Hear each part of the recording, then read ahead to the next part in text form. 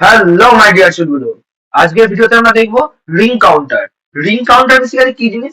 এটা kind of shift রেজিস্টারের মতন, কিন্তু এটা রিং কাউন্টার কেন আমরা একটু আজকে বুঝতে পারবো। এখানে আমাদের আলাদা করে বাইরে থেকে কোনো ইনপুট প্রোভাইড করতে হয় না। এটা কিভাবে গোল গোল করে ঘুরছে সেটা আমরা পুরো ওয়ার্কিং প্রিন্সিপালটা দেখবো। এটা কেন রিং কাউন্টার বলা হচ্ছে সেটা আমরা বুঝবো। এটা কাইন্ড অফ শিফট রেজিস্টারের মতোই ওয়ার্ক করে। চলো দেখে নিই এটা কি করে ওয়ার্ক করে। আমরা যদি 4 বিট রিং কাউন্টার ডিজাইন করতে চাই তাহলে আমাদের 4টা ফ্লিপ ফ্লপ নিতে হবে। যদি আমরা 5 বিট রিং কাউন্টার ডিজাইন করতে চাই তাহলে আমাদের 5টা ফ্লিপ ফ্লপ নিতে হবে। যদি আমরা 3 বিট রিং কাউন্টার ডিজাইন করতে চাই তাহলে আমাদের 3টে ফ্লিপ ফ্লপ নিতে হবে। As simple as that. আমরা ধরে নিচ্ছি আমরা 4 বিট রিং কাউন্টার ডিজাইন করছি, তাই আমরা এখানে 4টা ফ্লিপ ফ্লপ নিয়েছি। আমাদের কি ধরনের ফ্লিপ ফ্লপ নিতে হবে? আমাদের জি ফ্লিপ ফ্লপ নিতে হবে। G flip flop. D flip flop তোরা জানিস যে যেটা ইনপুট হয় সেটাই আউটপুটে প্রোভাইড করে, যেটা ইনপুটে থাকে সেটাই আউটপুটে ডি ফ্লিপ ফ্লপ প্রোভাইড করে। তাহলে আমরা এখানে নিয়ে নিয়েছি 4টে ফ্লিপ ফ্লপ। 4টে ফ্লিপ ফ্লপ যেগুলোর ইনপুট গুলো হচ্ছে D0, D1, D2 and D3। D0, D1, D2 and D3, এবং তার আউটপুট গুলো হচ্ছে Q0, Q1, Q2 এবং Q3। এবং প্রত্যেকটা ওপরে আছে প্রিসেট সিগন্যাল, এবং তলায় প্রত্যেকটার আছে হচ্ছে ক্লিয়ার। ক্লিয়ার কি তোরা জানিস যে প্রত্যেকটা উপরে আছে প্রিসেট এবং তলায় আছে হচ্ছে ক্লিয়ার বার। তোরা জানিস যে প্রিসেট আর ক্লিয়ার কি, এটা আমরা আগের ভিডিওতে ডিসকাস করেছিলাম। প্রিসেট হচ্ছে একটা অ্যাক্টিভ হাই সিগন্যাল, যেখানে যদি সিগন্যালটা দিস সেটা তোর ইনপুট যাই হোক না কেন তোর আউটপুটটা সবসময় 1 হবে। আর ক্লিয়ার হচ্ছে একটা অ্যাক্টিভ লো সিগন্যাল, মানে 0 পেলে ওয়ার্ক করে। সেটা কি না, সেটা হচ্ছে যদি আমি ক্লিয়ার সিগন্যালটাকে প্রোভাইড করি তাহলে ইনপুট যাই হোক না কেন আউটপুটটা 0ই হবে। আশা করছি বুঝতে পেরেছি কি বলতে চাইছি। প্রত্যেকটার উপরে আছে প্রিসেট এবং নিচে আছে ক্লিয়ার বার। আশা করছি এ নিয়ে কোনো কারোর কোনো সমস্যা নেই। এটা হচ্ছে আমাদের 4টে ফ্লিপ ফ্লপ নিয়ে নিয়েছি, এবং এটা হচ্ছে এক ধরনের সিনক্রোনাস টাইপস এর কাউন্টার। সিনক্রোনাস টাইপস এর কাউন্টার এই কারণে আমাদের একটাই ক্লক দেওয়া হয়েছে এখানে, এবং ক্লকটা প্রত্যেকটাকে প্রোভাইড করা হয়েছে। এই ক্লকটাই প্রত্যেকটাকে ক্লকটা আমরা প্রোভাইড করেছি। আশা করছি কোনো সমস্যা নেই। নেক্সট আমরা দেখে নিই কি করে এটা কাজ করছে।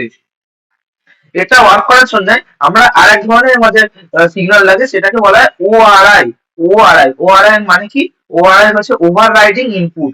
ওভার রাইডিং ইনপুট, এই ওআরআই টাই আমাদের কাজ করছে। সেটা রিং কাউন্টটা কি করে হচ্ছে সেটা বোঝাচ্ছে। চল দেখে নিই কি করে হচ্ছে। তার আগে আমাদের ফ্লিপ ফ্লপ গুলো কানেকশন কিরকম? As simple as that. Just এই প্রত্যেকটা আউটপুট প্রত্যেকটা ইনপুটে কানেক্টেড।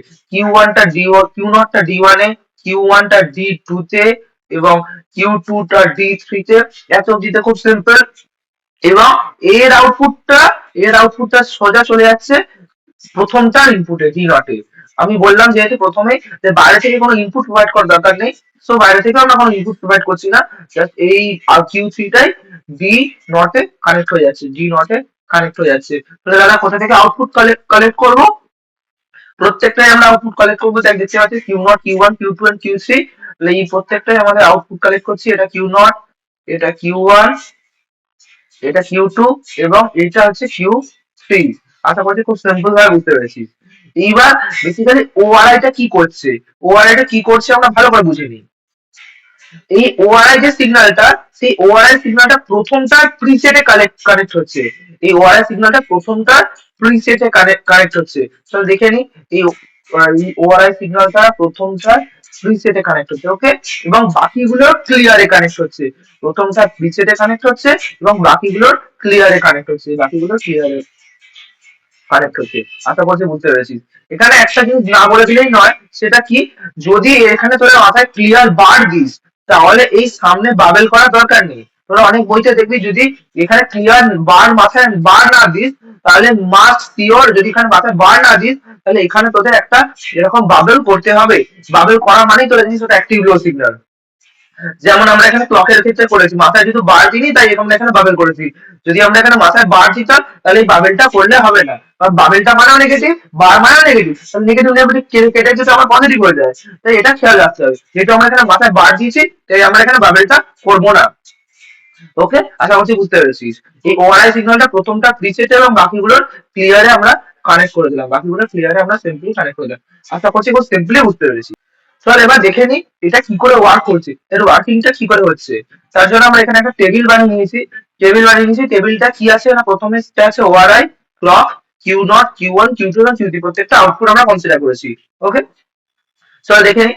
প্রথমে আমরা যখন ওআরআইটা আমরা দিচ্ছি না, তখন ওআরআইটা জাস্ট কিছুই দিচ্ছি না, জাস্ট ওআরআইটা আমরা কি করছি, জাস্ট প্রথম ওয়ারেটা যখন জিরো বা অ্যাক্টিভ লো, ওয়ারেটা যখন দিচ্ছি না বা ওয়ারেটা জিরো, মানে জিরো বলতে পারি বা অ্যাক্টিভ লো বলতে পারি, ওকে।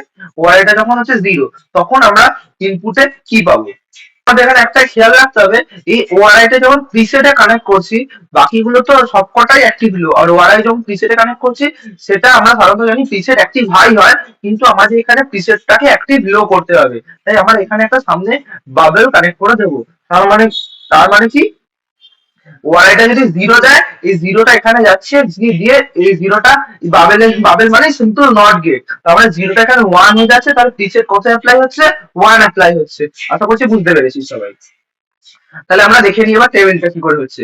দেখ ওয়াই প্রথমে আমরা ধরছি জিরো বা অ্যাক্টিভ লো, এবং ক্লক কিছু দিচ্ছি না, ক্লক কিছু দিচ্ছি না মানে ক্লক জিরোই বেসিক্যালি, ক্লক কিছু দিচ্ছি না, তার মানে কি হচ্ছে, দেখ ওয়াই যখন জিরো দিচ্ছি, এখানে ওয়াই হচ্ছে কত, জিরো, তাহলে এই জিরো যখন যাচ্ছে, এই লাইন দিয়ে যাচ্ছে জিরোটা, এটা কি বলো, সিম্পল নট গেট, তাহলে প্রিসেটটা কত হয়ে যাচ্ছে, ওয়ান, এবং বাকি সবকটা ক্লিয়ারে কত যাচ্ছে, এখানেও জিরো গেছে, এখানেও জিরো গেছে, এবং এখানেও জিরো গেছে।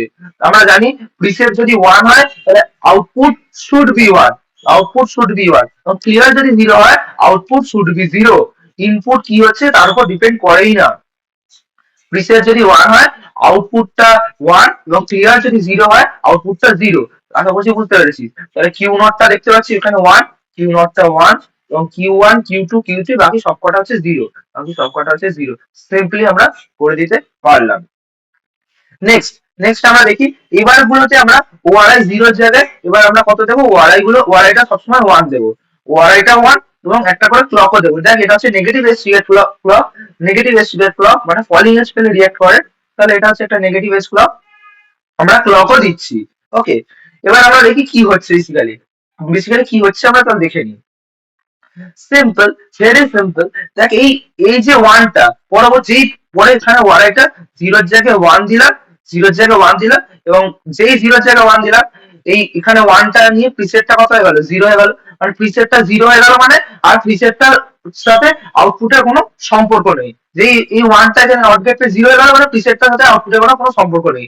আর ক্লিয়ার গুলো কত হয়ে গেছে, ক্লিয়ার গুলো প্রত্যেকটা ক্লিয়ার ওয়ান হয়ে গেছে, এটা ওয়ান হয়ে গেছে, এটা ওয়ান হয়ে গেছে, এবং এটা ওয়ান হয়ে গেছে। আর মানে ক্লিয়ার বা প্রিসেটের সাথে আউটপুটের কোনো সম্পর্কই নেই, কারণ প্রিসেট হচ্ছে একটা অ্যাক্টিভ হাই সিগন্যাল, ও জিরো পাচ্ছে তাহলে রিয়াক্টই করবে না, আর ক্লিয়ার হচ্ছে একটা অ্যাক্টিভ ব্লু সিগন্যাল, সো ওটা ওয়ান পাচ্ছে, রিয়াক্টই করবে না। আশা করছি বুঝতে পারছি। তাহলে আমরা কি করব, সিম্পল, ভেরি সিম্পল। দেখ এই কিউ নটটা, এবার দেখ কিউ নটটা কোথায় যাচ্ছে, কিউ নটটা যাচ্ছে ডি ওয়ানে, এবার আমরা ক্লক দিচ্ছি, ক্লক দিচ্ছি, কিউ নটটা যাচ্ছে ডি ওয়ানে, তাহলে যখনই এই ক্লক পাচ্ছে, ডি ওয়ান থেকে আউটপুটটা কোথায় চলে যাবে, যেই ক্লক পেলে ডি ওয়ান থেকে আউটপুটটা কোথায় চলে যাবে, ডি ওয়ান থেকে সিম্পলি আউটপুটে কিউ ওয়ানে চলে যাবে। তার মানে কি হলো, এই কিউ নটের আউটপুট থেকে কিউ ওয়ানে গেল, কিউ নটের আউটপুটটা কোথায় গেল, কিউ ওয়ানে গেল, ওকে। সেম ভাবে কিউ ওয়ান এর আউটপুটটা গেল ডি টু তে, এবং যে ডি টু টা ক্লক পেলো, ডি টু টা কোথায় চলে গেল, কিউ টু তে চলে গেল। একই সাথে তো প্রত্যেকটাতে ক্লক দিচ্ছি, তাহলে এই কিউ ওয়ান টা কোথায় চলে গেল, কিউ টু তে, কিউ টু তে চলে গেল। একই ভাবে কিউ টু টা কোথায় চলে গেল, কিউ থ্রি তে, কিউ টু টা প্রথম ডি থ্রি তে এলো, ক্লক পেলো ডি থ্রি থেকে, সেটা কিউ থ্রি তে চলে গেল। কিউ টু টা কোথায় চলে গেল, কিউ থ্রি তে, এবং কিউ থ্রি টা কোথায় চলে গেল, কিউ থ্রিটা দেখ এটা গাড়ি চেপে স্লো করে এখানে এলো, ডি নটে এলো, যে ডি নটটাও তো একই সাথে ক্লক পাচ্ছে, তাহলে ডি নট থেকে আউটপুটটা কোথায় চলে যাচ্ছে, কিউ নটে, তাহলে কিউ থ্রির আউটপুটটা কোথায় চলে এলো, জিরোটা ঘুরে এখানে চলে এলো। এই জন্য একে রিং বলা হচ্ছে। দেখ জিনিসটা পুরো ঘুরে গেল, পুরোটা পুরোটা সিম্পলি ঘুরে গেল। আশা করছি বুঝতে পেরেছি। তাহলে নেক্সট স্টেপটা কি হবে, আশা করছি বুঝতে পারছি। আবার এখানে ওয়ান, এটা যখন ওয়ান দিচ্ছি এবং একটা নেগেটিভ এজ ক্লক দিচ্ছি, তাহলে এই জিরোটা এখানে আসছে, এটা এখানে আসছে, এটা এখানে আসছে, এই জিরো কিউ জিরো এটা এখানে এলো, এই ওয়ানটা এখানে এলো, এই জিরোটা এখানে গেল, এবং এই লাস্টের যে জিরোটা সেটা প্রথমে চলে এলো। আশা করছি সবাই সিম্পল ভাবে বুঝতে পেরেছি। নেক্সট আমরা কি করলাম, নেক্সট আমরা ওআরআইটাকে আবার একবার ওয়ান দিলাম, এবং ক্লকটাকে আবার ক্লক অ্যাপ্লাই করলাম। যখনই আবার আমরা ক্লকটা অ্যাপ্লাই করলাম, তখন কি হলো, দেখ এখানে যেই না আমরা ক্লক দিলাম, এই ওয়ানটা এখানে শিফট করলো কেন, এই কিউ টু টা ডি থ্রি তে এলো, এবং ক্লকটা যেই পেলো, ডি থ্রি টা কিউ থ্রি তে চলে এলো, আমার কিউ থ্রি তে ওয়ানটা পেলাম, এবং এই জিরোটা এখানে পেলাম, এই জিরোটা এখানে পেলাম, এই জিরোটা এখানে পেলাম এবং এই জিরোটা কোথায় পেলাম, এই জিরোটা লাস্টে শিফট হয়ে গেল। আশা করছি সবাই বুঝতে পেরেছি কি করে শিফটটা হচ্ছে। এই লাস্টের জিরোটা আবার ফার্স্টে চলে এলো শিফট হয়ে। ওকে, দেখ আশা করছি বুঝতে পেরেছি স্টেট স্টেট টেবিলটা।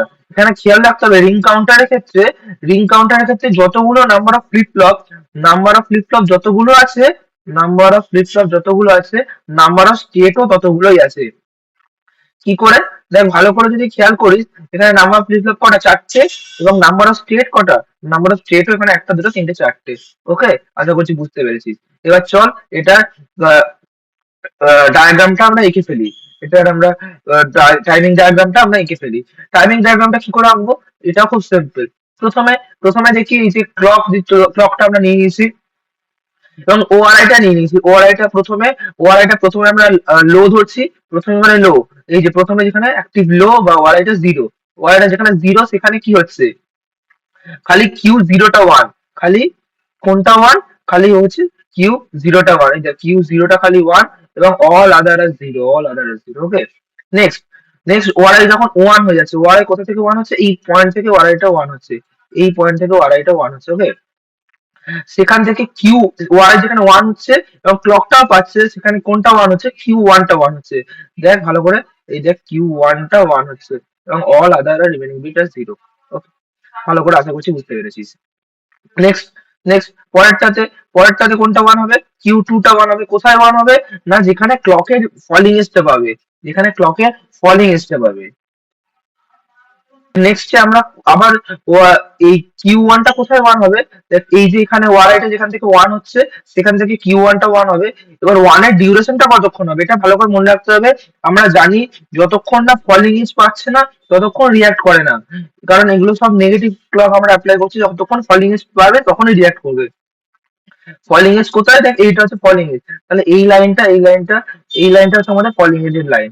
তাহলে কোথায় লাইনটা রিয়াক্ট করবে, এই লাইনটাতে আমাদের রিয়াক্ট করবে।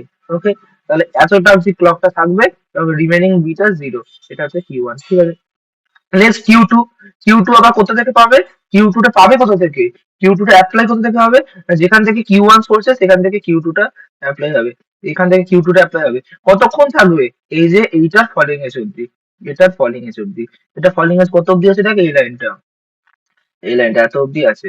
তাহলে এইটা হচ্ছে কিউ টু, রিমেনিং বিটা জিরো। নেক্সট কিউ থ্রি কতক্ষণ যাবে, এইটার পর থেকে কিউ থ্রি ওয়ান হবে এবং কতক্ষণ থাকবে, পরের ফলিং এজটা অব্দি, পরের ফলিং এজটা পরের ফলিং এজটা কোন লাইনটা, এই লাইনটা। তাহলে এই এতক্ষণ থাকবে। আশা করছি বুঝতে পেরেছিস। এটাই হচ্ছে রিং কাউন্টারের টাইমিং ডায়াগ্রাম। আশা করছি ক্লিয়ারলি বুঝতে পেরেছিস। প্রত্যেকটা সার্কিট ডায়াগ্রাম, স্টেট ডায়াগ্রাম এবং টাইমিং ডায়াগ্রাম তিনটে জিনিসই ক্লিয়ারলি বুঝতে পেরেছি। নেক্সট ভিডিওতে আমরা জনসন কাউন্টার ডিসকাস করবো। রিং কাউন্টার পরীক্ষার জন্য একটা গুরুত্বপূর্ণ টপিক, ডাইরেক্টলি কোশ্চেন ধরে রিং কাউন্টার দেখতে হবে, তাই এটা ভালো করে প্র্যাকটিস করে নিতে হবে। চল মিলতে হবে अगले क्लास में, bye. If I make you crazy, just take it easy.